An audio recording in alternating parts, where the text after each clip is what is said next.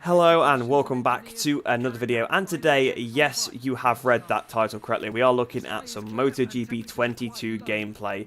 Now before we do get into it, I need to give a big thanks to my good friend Dill469. He was lucky enough to win the community preview and get access to MotoGP 22 slightly early for a few days, and he's recorded this gameplay for me, so I really do appreciate it. So go and subscribe to Dill. He's also done some more MotoGP 22 videos of his own as well, because of course he's had access to the beta for a few days, so go check him out. But I'll get straight into the analysis now then. So, first off the bat, I suppose the first thing that I noticed is the faces. That was something that Miles said they were working on improving. And I think overall they do look better. Some of them maybe not. Some of them actually maybe do look a little bit worse. But Jorge Martin, for example, he looks a lot more like a human being. A lot more like Jorge Martin than in the last game. He looked like... He looked really, really weird for some reason in the last game.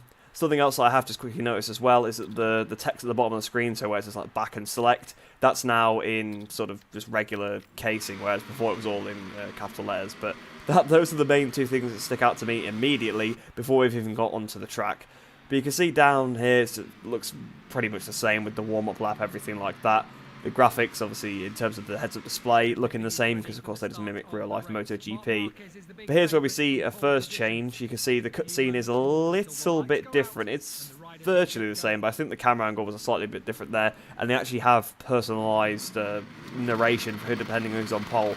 But here we are, then we're going to see the ride-height device in action. Off the line, here we go. You can see it is deployed to go down towards the first corner, so we're on board with Martin. Hitting the brakes, you can see the rear of the bike does come back up. He's got a little bit wide into the first corner there, but he's actually managed to he got the lead for a brief period of time there.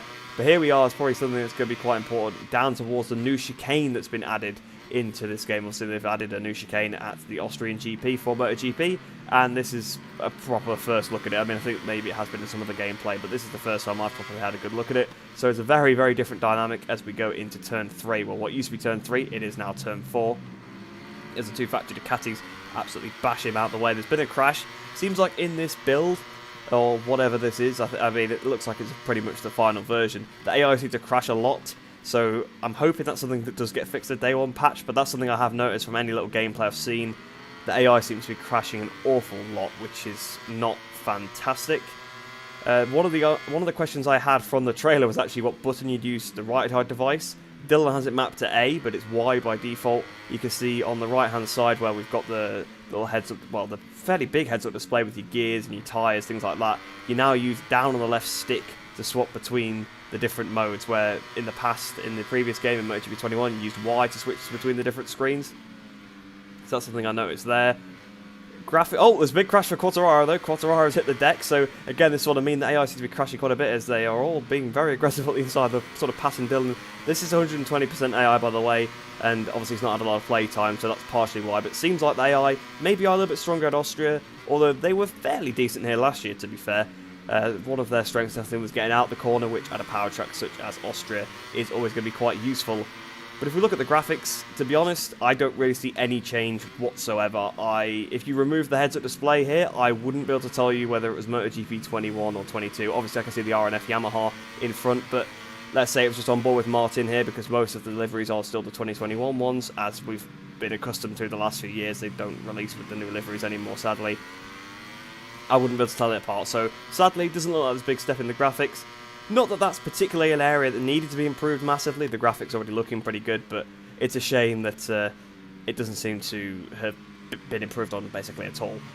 Now, one thing I can't really talk about just based on the video, but I can tell you a little bit about what I've been told, is the physics. So, what Dylan tells me is that when you hit the front brake now, the bike just wants to sit up and go straight on.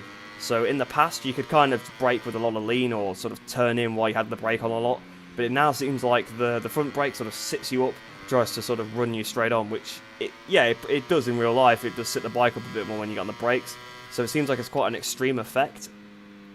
And I think the bike also feels a little bit heavier, which I'm not too happy about, because I already thought the bike was a bit too heavy. Oh, as he has a big moment on the curb there. Manages just to stay on the bike, though. But yeah, like I was saying, there was I thought the weight was a bit too much in MotoGP 21 in terms of the direction change, and now it seems, apparently, it's even worse. So yeah, that's something I'm not particularly looking forward to. But, an aggressive pass by Brad Binder. Well, we've got to give him realism for that. An aggressive pass by Brad Binder. That is a proper pass by him.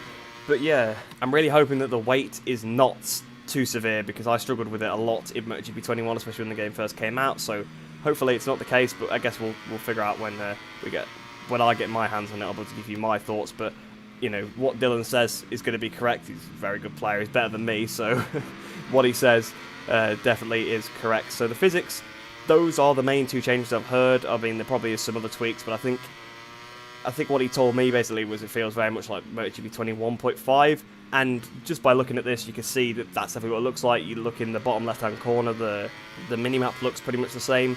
One thing I've noticed is the delta now seems to be in a bit of a box instead of just being sat there, which actually I do like. So where it says plus 0.7 is 0.7 off his previous lap time. I actually quite like the fact that that's now in a little box, but your previous lap times seem to be the same in the box below there. So really the only thing on the heads-up display has changed is something's been put into a little box, and the gauge in the bottom right-hand corner, which they always change every year anyway, they've changed that a little bit. But it seems to have basically the same elements on, it's just displayed in a slightly different form factor. Well, to be honest, it's just the backdrop is different, the rest of it seems to be the same. But coming up towards the line then, it's going to be 15th place. Like I said, of course, he's only played a little bit of the game, and it wasn't the hardest AI difficulty, and it seemed like the AI were very, very fast around Austria. I mean, if we look at those times, 1 minute 28.7. Actually, I don't know, actually. Oh, of course, I was about to say I don't think that's a good lap, but then I forgot about the chicane. So I don't really know what the lap times will be like. Add a few seconds on for the chicane, 4 seconds or so, probably about right. So yeah, we'll have to see what the lap times are looking like. But that's my first thoughts of the first MotoGP 22 gameplay that I've really analysed. Looks very, very similar to MotoGP 21, not really a lot to say in that department. Obviously, the heads-up display is pretty much the same, the graphics look pretty much the same. Obviously, I can't comment on the physics too much because I've not played the game, but I told you, you know, what I've been told. There's just a few little bits, like the team colours, for example, you can see on the screen now. I mean, they're wrong, as they usually tend to be. Obviously, they're all a bit washed out, they're a bit too bright compared to what they actually are. So that's a bit of a shame, but that's just one of those things that you're always going to get that every year. I've seen the Moto 2 ones, they're even worse. So it's not a big deal, but it does annoy me a little bit when it's such a small feature. All it is RGB values, and they're incorrect. It does annoy me a little bit there. But yeah, that's pretty much my first thoughts seeing this MotoGP 22 gameplay. So I hope you guys did enjoy that one. Hope you're looking forward to MotoGP 22 coming out. It's only 2 weeks now. 2 weeks literally tomorrow, I think it is, when I'm recording this. So I am really looking forward to it. Can't wait to get my hands on MotoGP 22. I'm going to be trying to do as much content as possible because I am on a little bit of a break now. Well, I will be on a little bit of a break when the game comes out from uni. So hopefully I should be able to get a few videos out for you guys. So hope you do look forward to that one. But like I said, I hope you did enjoy that one. Hope you enjoy the rest of your day. Hope you're all staying safe, and I shall see you in the next one.